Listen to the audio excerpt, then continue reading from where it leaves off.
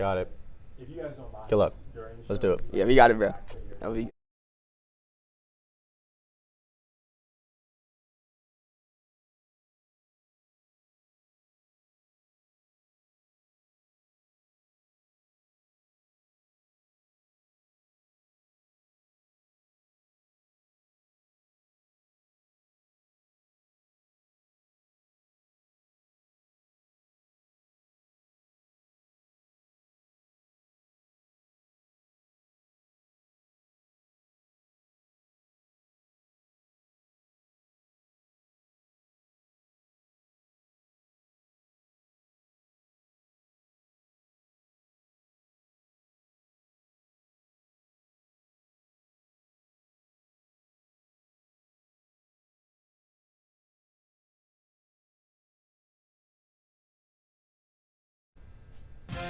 coming up on Sports Night.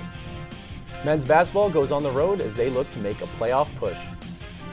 The Lake Show gets set to face off against two ranked opponents.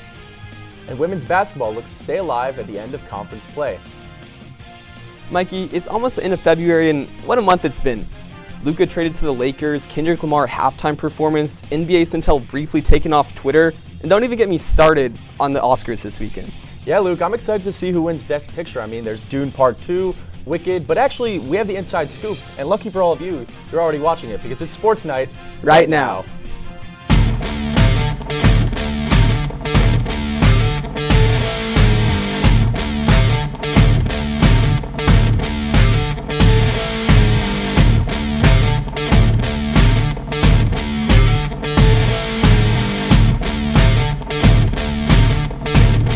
Welcome to another episode of Sports Night. I'm Mikey Capabianco here alongside Luke Jordan. Luke, can't say how excited I am to be on desk with you tonight.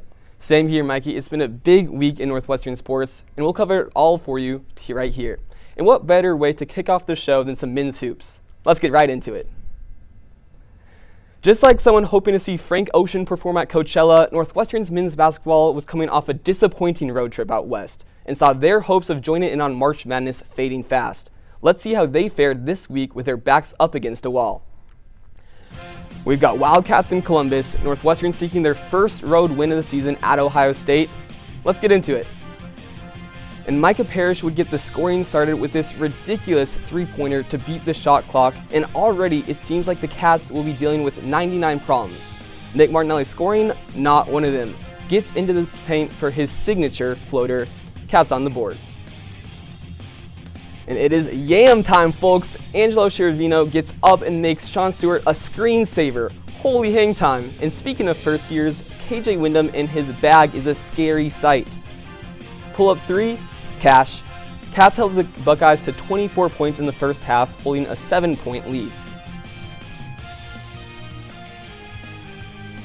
The Cats started the second half on a 12-0 run led by Ty Berry. Northwestern bullying the Buckeyes. Well, every Buckeye except Micah Parrish, who tried his hardest to keep it close. Unfortunately, he was playing against the guy who leads the Big Ten in points per game. Not a battle that he was going to win. Tough hook shot. And dish it to the big man to put this one to bed. Matt Nicholson's two-handed jam puts the icing on the cake. Northwestern walks out winners for the first time since February 4th, holding the Buckeyes under 50, the fewest by a big team in conference play this season. Northwestern's men's basketball followed the North Star and happened upon Minneapolis for their matchup against Minnesota on Tuesday night in desperate need of a win. Early on here, and Chris Collins' squad is locked in. Ty Berry gets the puppies organized and knocks down the corner tray. Northwestern would start the game on a 10-0 run. Midway through the first half now, Angelo Sciarvino rising up and splashing a three, lead back out to 8. Cats controlling the pace early. But the Golden Gophers don't go away without a fight as Parker Fox hits a wild up and under layup to tie the game up. Now nearing the end of the half, and KJ Wyndham drops his defender. Look at that move, but sells the clip, unfortunately, misses a three. Cats go into halftime up just 5. Wyndham misses his shot to make plays of the week. No worries though, as big Matt Nicholson sets the tone in the second half with a big-time slam to push the lead back up to 12. But Minnesota would respond, however. Darson Garcia puts on a show himself. Hits this tough and one bucket as part of his 26-point showing on the night. But Nick Martinelli reminds Garcia, who leads the Big Ten in scoring, responding with this tough floater, count the basket, and one. Minnesota in desperation mode now, but a costly turnover ends up in the hands of Justin Mullins, and he's off to the races, putting some beautiful touch as he converts the and one.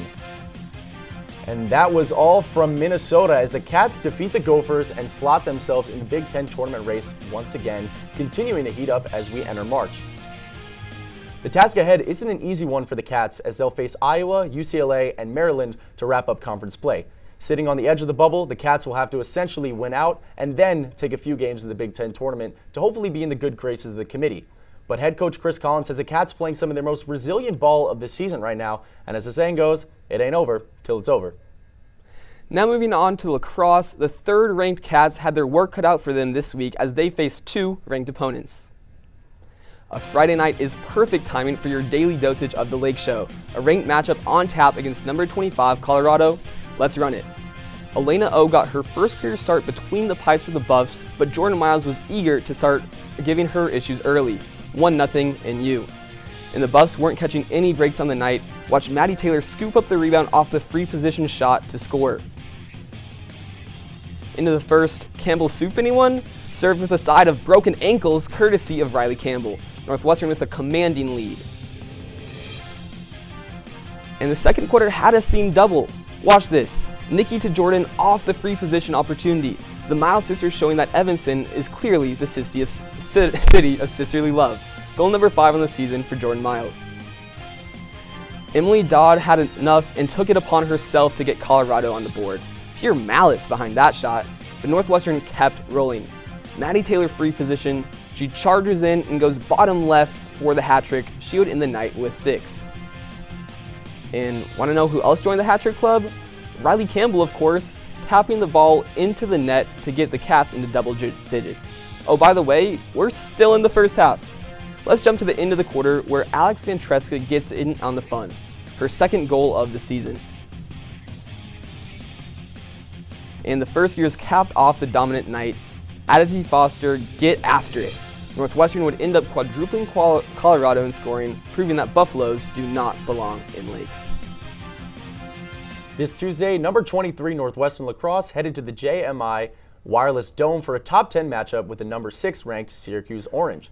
The Cats hit the ground running in this one. Nikki Miles put one in the back of the net less than a minute in to give NU an early 1-0 lead. The momentum would continue from there with Hannah Rudolph, Abby Lacasio, and Alexis Ventresca all scoring to put Northwestern up 4-0 at the end of the first quarter. However, after Sam Smith scored to make it 5-0, the Orange scored 3 of their own to make it 5-3 at the half. Things got even closer when Syracuse's Emma Muchnick scored in the third to cut Northwestern's lead to 1, but the Orange had no answers for Madison Taylor's second half surge. The juniors' 3 goals of the quarter propelled the Cats to a 9-5 lead with 1 quarter to go.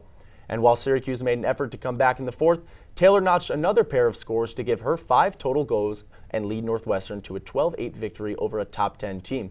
The Cats will be back in action next Friday when they travel to Milwaukee for a matchup with Marquette.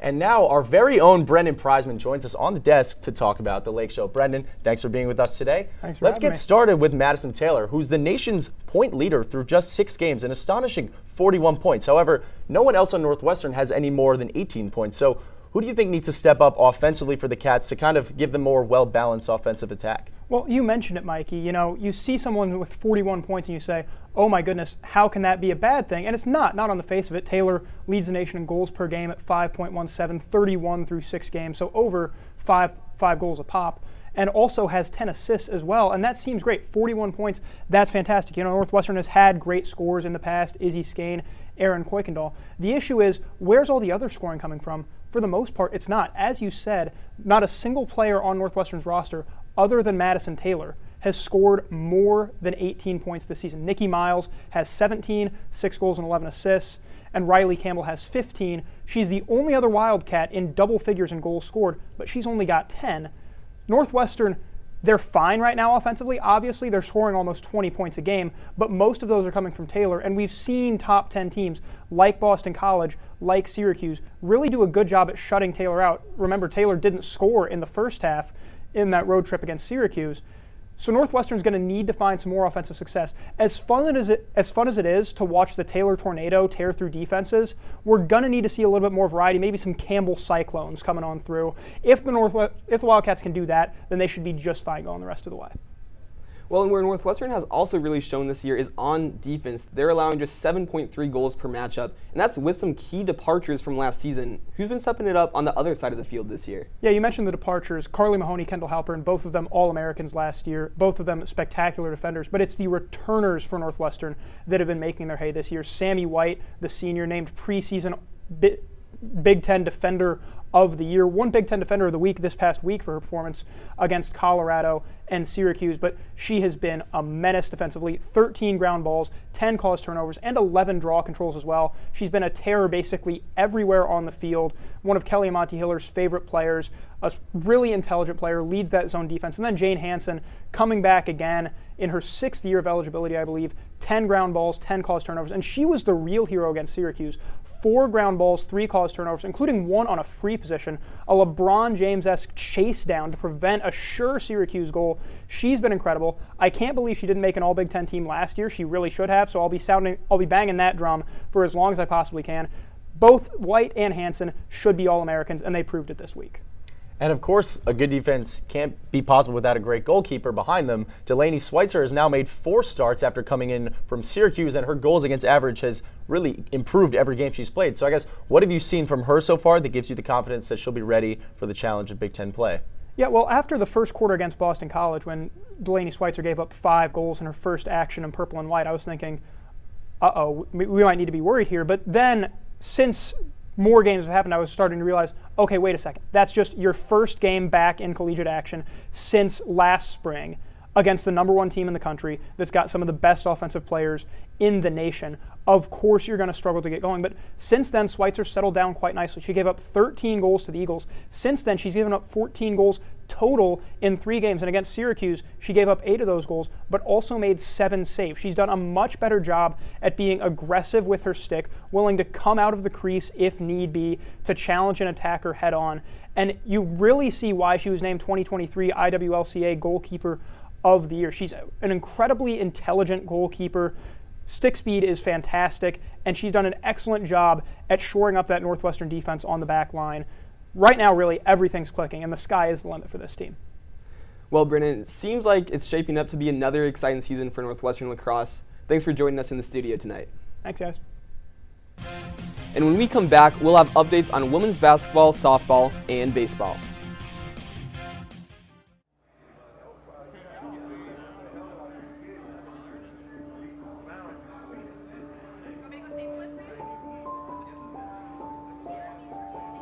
Trying to work my way out of the prison system was the most difficult challenge of my life. It only became tangible once I became a Northwestern student.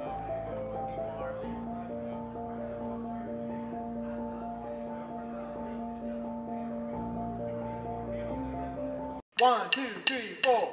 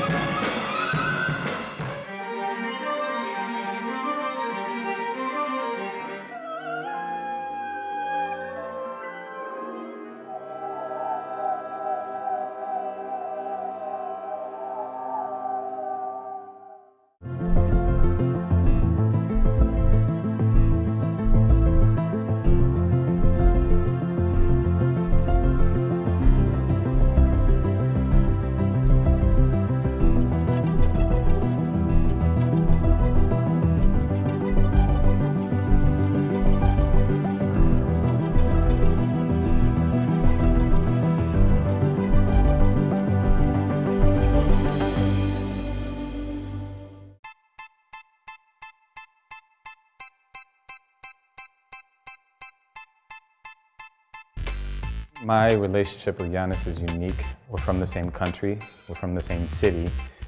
Being a Northwestern alum, I think, has tremendous advantages in the sports industry. To me, that community, it's been with me for 20 plus years.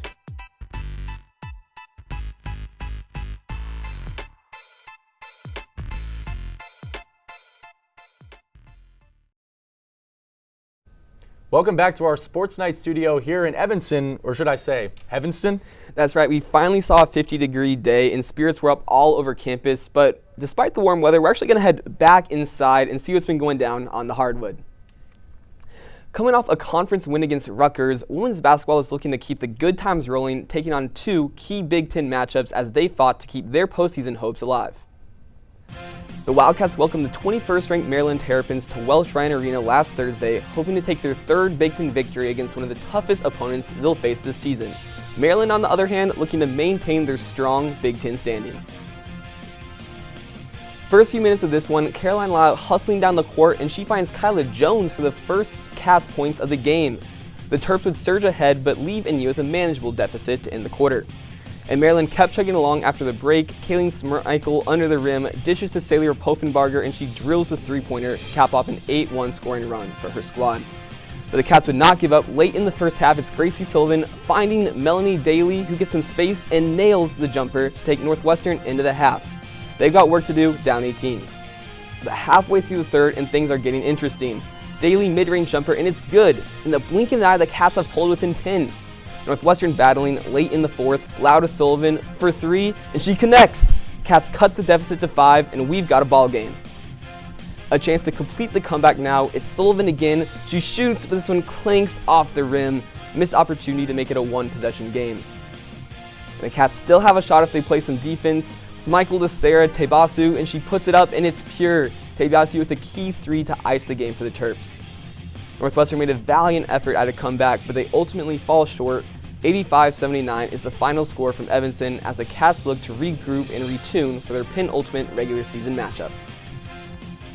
Northwestern faced off against Wisconsin last Saturday at the Kohl Center in Madison, game with huge playoff implications for both teams here. Now underway 13-10, Wisconsin leads Caroline Lau on the right wing, swings the ball to Williams, who drives into the paint with a series of moves here, kicks it back out to Lau, who knocks down the three-pointer to even the score up with the Badgers at 13. Now Casey Harder comes off the screen, set by Walsh, kicks it to the pass, finds it inside. Kaylee Walsh drives for the layup, and the Cats take the lead, 10-9. Later in the first quarter here, Cats trailing 16-15. First year's Amaya Walton comes off the screen, set by Taylor Williams, drives to the right side of the paint, but turns the ball over here. Wisconsin gets it back on the other end. Ronnie Porter outlet pass ahead to Sarah Williams, who gets it for the bucket. And at the first quarter, Wisconsin leads 23-18. 34-33 here at the end of the second quarter. Wisconsin on the fast break again. Porter throws a pass to an open Haley Douglas for the easy 2-point layup, finishing the half in style for the Badgers. Here we are in the third quarter. Lau inbounds the ball wide open. Taylor Williams under the basket finishes off with her left hand. Wisconsin up 2 here midway through the third quarter. Pass inside, swings it to Wisconsin's Lily Cron, who knocks down the open 3-pointer. Wisconsin's Lily Cron drives again here, kicks to the baseline, pass out to Tess Myers. Myers swings the ball back to Haley Douglas, kicks it to the corner. Cron again, who nails the 3, catching fire from behind the arc for Wisconsin. And the Cats ultimately fall to the Badgers 73-68. Northwestern has just one conference game left on Sunday against Nebraska at home. Backs truly against the wall, but it'll take more than a win to make the Big Ten tournament. They'll need to rely on some other teams to lose the final games. It may be a little, too late. After facing off against some fierce competition to open the year, Northwestern softball traveled to Cathedral City, California for the Mary Nutter Classic. Unfortunately for the Wildcats, they went just 1-3 over the weekend, dropping the team's overall record to 6-8. The slugging struggle started right away as Northwestern was deadlocked in an offensive struggle with Seattle. The Wildcats tied the game in the 7th, but the Redhawks would win after an obstruction call at home plate scored the decisive run. Things were much better against Utah on Saturday. Northwestern put up 5 runs in the 6th inning, buoyed by a 2-run double from Kelsey Nader.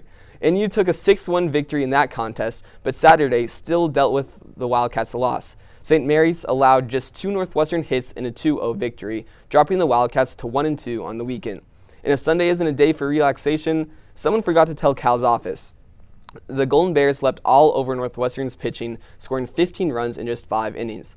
The Wildcats fell 15-7, sealing a 1-3 record for the weekend. That's now the 2nd consecutive tournament in which Northwestern has posted a losing record.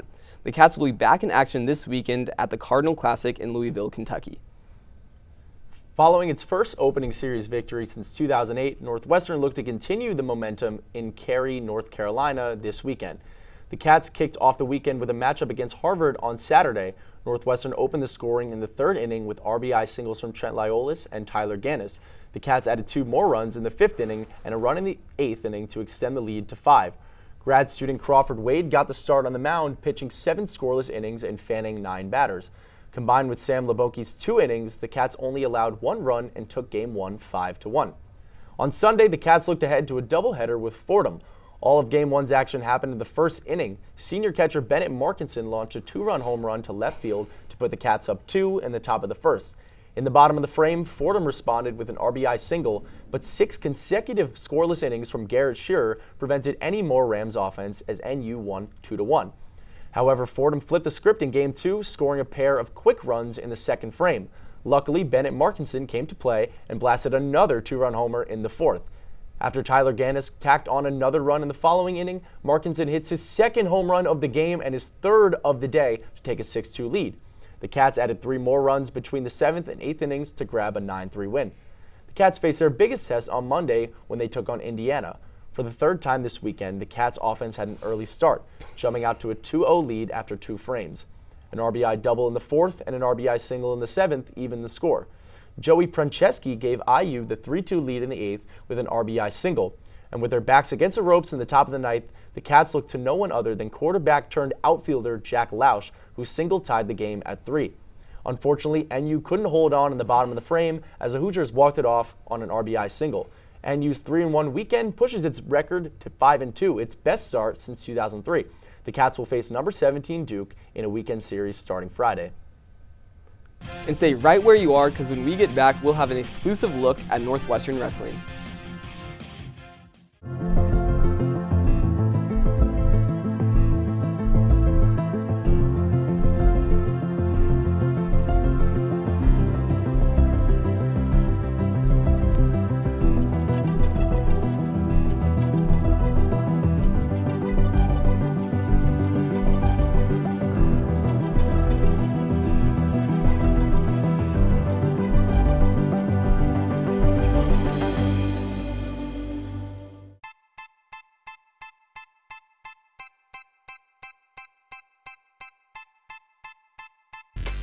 My relationship with Giannis is unique. We're from the same country, we're from the same city. Being a Northwestern alum, I think, has tremendous advantages in the sports industry. To me, that community, it's been with me for 20 plus years.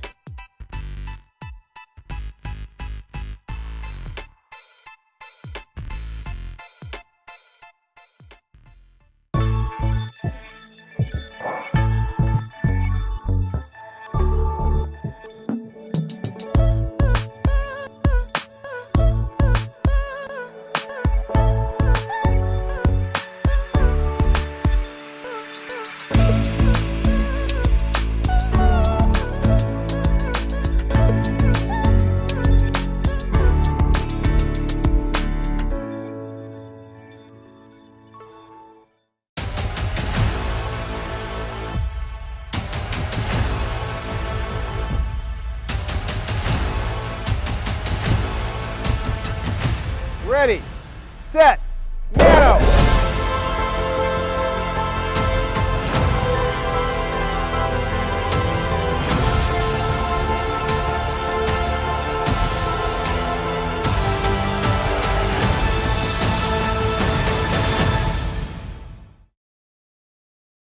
Hello and welcome back to the studio. But Mikey, let me tell you, I am excited that we get to talk about this next team. Absolutely, Luke. Let's get right into it here. Let's travel to the mats where Northwestern Wrestling has had its share of ups and downs this season. I'll be honest, I'm no wrestling expert, but our very own Tomas Moran has a scoop on Northwestern Wrestling's senior night. On Friday, February 14th, the Northwestern Wrestling team hosted the Wisconsin Badgers, looking to build upon their first conference win against the Michigan State Spartans. This would be the last home meet the Wildcats would host before the Big Ten Championships. The meet was also the Wildcats senior night. Redshirt junior Aiden Vandenbush was among those honored. Since elementary school, we wrestled together. Great dude, all solid, all around. It's just the biggest experience that we can be here to support him on his dreams. Like, he's chasing a dream, and I love that for him. I hope he succeeds. Redshirt freshman Dirk Morley recorded his second dual win of the season in a down-to-the-wire heavyweight bout. Morley defeated Wisconsin's Gannon Rosenfeld 15-14 in gritty fashion, securing a key result for the Wildcats. It felt good, yeah. Yeah, definitely. It's been a tough season, so just going out there, wrestling full 7 minutes, right? It ain't over till it's over. Making sure I really got the most out of myself. That's definitely what we're looking for going into Big Tens and NCAAs. The home side emerged victorious 27-11 and ended the regular season 4-7 after losing at Iowa. The Cats will now slide over to host the Big Ten tournament. It's not just about one match right now. It's not just about one weekend. It's about building as much as we can build and getting the most out of ourselves in preparation for Big Tens and then NCAAs. The message these last few weeks has been create the momentum, wrestle the way that you want to wrestle in March. On March 8th and 9th, Walsh Ryan Arena will welcome the 14 Big Ten wrestling programs, 9 of which are ranked, including number 1 Penn State and number 2 Iowa, for the Big Ten Wrestling Championships. Northwestern will look to put on a strong performance at home ahead of the NCAA Championships. For NNN Sports, I'm Tomas Moran.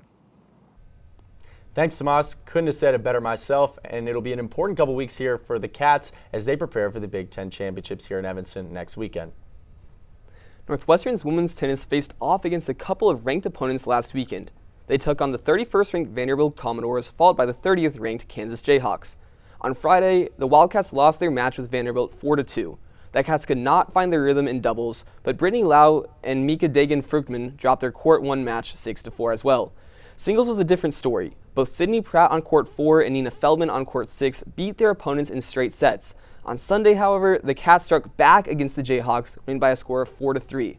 Down 2 points, Northwestern sent 4 courts to a third set. Behind the efforts of Pratt, Kylie Rabjohns, Lau, and Feldman, they won each of those matches. Feldman earned Big Ten Player of the Week for her efforts as she went undefeated on the weekend. Northwestern improved its record to 7-5 and will only play Big Ten competition from here on out. They start matches against Wisconsin and Minnesota this weekend. Men's tennis welcomed a trio of opponents to the Combe Tennis Center this past weekend, starting with the showdown versus the Memphis Tigers on Friday. The Cats got 3 wins in singles headlined by first-year Carter Pate's 3-set win, but Connor Gannon defeated Cy Goley in a third-set tiebreaker to seal the 4-3 win for Memphis. Next up, Northwestern took on number 50 Notre Dame in the first of 2 matches in the team's Sunday doubleheader. Felix Norby and Max Bankson added their second victories of the weekend, but the Fighting Irish held strong elsewhere, winning 4-2. Wrapping up the weekend was a matchup against in-state foe Chicago State. Northwestern dominated, winning 6-0, with 3 Cats winning their singles matches without dropping a single game. The Cats will stay home this weekend, hosting Northern Kentucky and Marquette in a doubleheader on Saturday. Women's swimming and diving traveled to Columbus, Ohio last Wednesday through Saturday to participate in the Big Ten Championships to start their postseason run. The Cats scored 8th place in the 200 medley relay on Wednesday, while also setting a new school record in the 800 free relay. The next day, freshman Zoe Norman set back-to-back personal bests in the 500 free en route to her selection to the event's all-freshman team alongside fellow Wildcat Gray Davis. On Friday, 3 NU swimmers, Nikki Venema, Sydney Smith, and Maggie Pap Nicholas won their individual races, but the Cats had their best results on the final day of the tournament, landing on the podium twice on their way out. Venema started things off, earning a spot on the podium after putting up a personal best in the 100 free prelim. Then the relay team of Venema, Lindsay, Irvin, Caroline Lee, and Smith finished the 7th in the 400 free. The Cats finished 9th place overall in the tournament with a total of 409 points. Northwestern women's fencing competed in the CFCC Championships in Detroit over the weekend. The 7th-ranked Wildcats had a strong showing across the board, putting 16 players on the podium across the 3 individual events. As a team, the Cats dominated their first 4 matchups. Northwestern beat Wayne State 21-6, defeated Cleveland State and Denison by the same 23-4 scoreline, and beat Lawrence 24-3. In the 5th matchup, 5th-ranked Ohio State narrowly beat Northwestern 14-13. The Cats responded with a 25-2 win against Detroit Mercy, securing 2nd place in the CCFC Championships. Northwestern will be back in action on March 8th in the NCAA Midwest Regional, where multiple Cats will try to punch their tickets to the NCAA Championships. And here's how you can catch the Cats this weekend. Men's basketball welcomes Iowa to the Welsh for a pivotal Friday night clash. Baseball kicks off a 3-game set against the Duke Blue Devils in North Carolina. and women's basketball returns home on Sunday for their regular season finale against Nebraska. But now don't go anywhere, because coming up, we have everyone's favorite part of the show.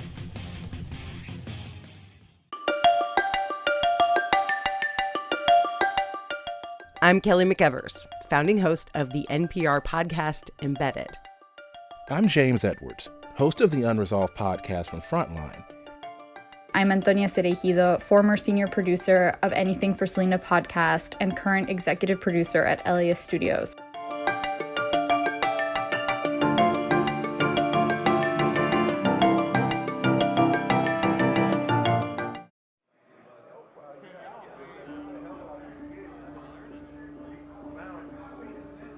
My narrative, since I've been locked up and kind of made my transition, has been like redemption, accountability. When I come into the classroom environment, every individual that sits amongst me takes education seriously.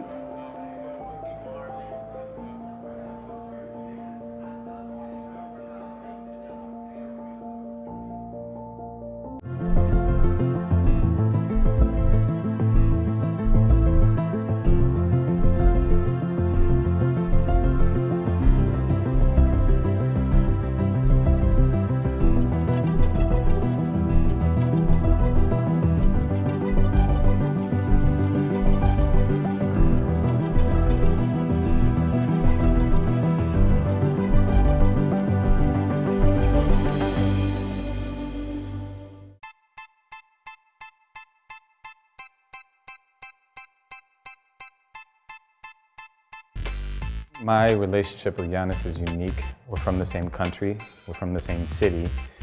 Being a Northwestern alum, I think, has tremendous advantages in the sports industry.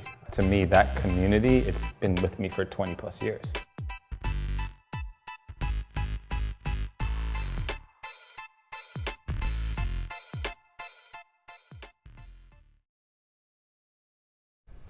Well, Mikey, it's been a great show, and I think I'm just about ready to pack it up and head home. I'm not forgetting anything, am I? Whoa. You kidding me? It's Plays of the Week. Roll the tape. Coming in at number 3, women's basketball hosting number 21 Maryland. Let's see what happens. And Melanie Daly tosses it inside to Taylor Williams. She dribbles in and goes up for the reverse layup. You do not see that every day. At number 2 now, men's basketball up 15 points on Minnesota. Nick Martinelli receives a bounce pass from KJ Windham, and his floater is good and one. Martinelli led NU with 29 points, his career high in a Big Ten game. And at number 1, Wildcats leading the Buckeyes on the road. KJ Windham uses Nicholson's screen to drive inside, shoots with his left, and banks it in as he's fouled. He dropped 15 points and played a career high 29 minutes in NU's road win. And the Academy Award goes to, oh wait, wrong show. But it's been a wicked time. Hopefully this show had some substance and spice for you all. Thanks for venturing into the complete unknown with us.